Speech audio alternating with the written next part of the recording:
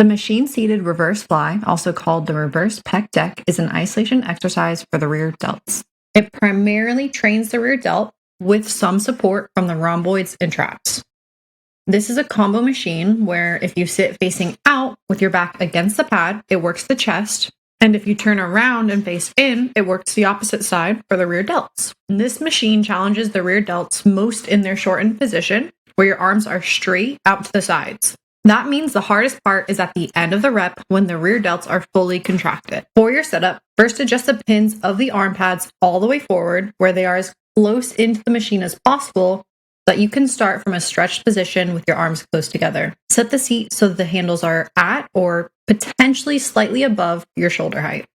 That slight incline may sound and feel somewhat counterintuitive, but the rear delts are best loaded through a high to low plane of motion. Now, the machine moves on a straight plane, so you won't naturally get that high to low pull, but you can mimic that angle by slightly leaning forward into the pad. So you can experiment with what feels best, having the seat height at a position where the handles are at about shoulder height, or having it slightly lower to create that slight incline. Regardless of your handle height preference, most people tend to just sit upright, but one common mistake is that sitting very upright can easily lead to overextension and larger engagement of the upper traps, which is one of the most common complaints I hear about this machine. It's also really easy in that upright position to let your chest pull off of the pad and hyperextend. So to get a better rear delt engagement and reduce the amount of traps we're pulling into the movement, place your feet flat on the floor to create a strong base.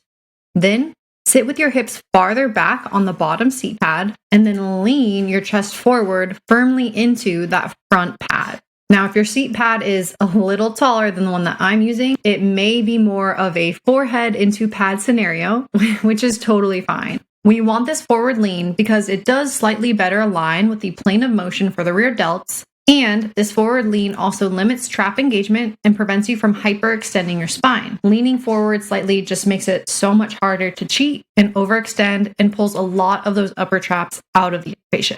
Place your hands on the handles with the palms facing down towards the ground.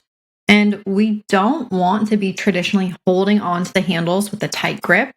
Rather, think about pushing through the outside of the hand against that metal handle, which really helps to pull out grip and arm engagement from the movement and keep the tension on the rear delt. Now, if you have longer arms like me, you might need to think about pushing the machine handles forward to straighten out your arms before you start.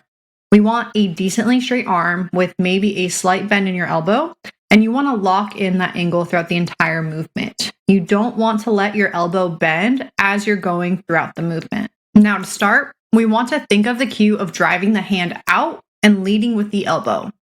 You can still hold onto the handle, but you're really thinking of driving through the side of that hand. And from here, the best cue really is to think about pushing that arm out wide. We want to drive out wide and not back.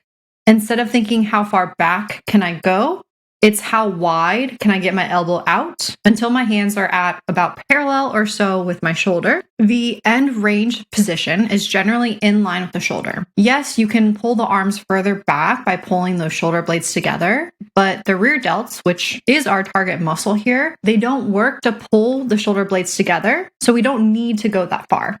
If you are allowing your shoulder blades to move together and up, you're really going to be engaging a lot more traps.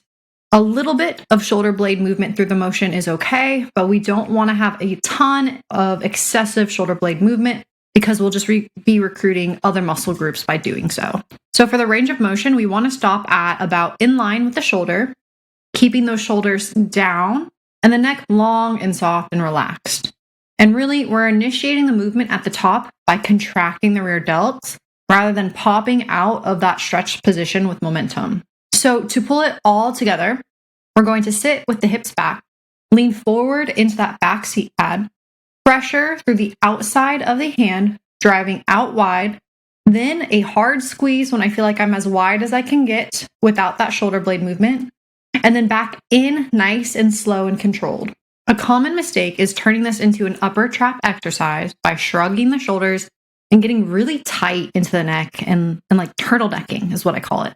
So to fix this, we really want to keep those shoulders down and depressed and the neck relaxed and long and soft.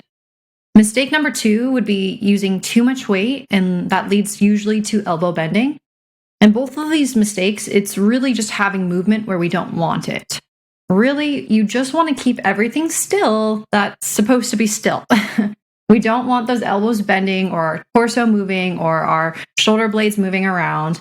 We want to anchor our chest into that seat pad. We want to keep our torso in position by engaging our core.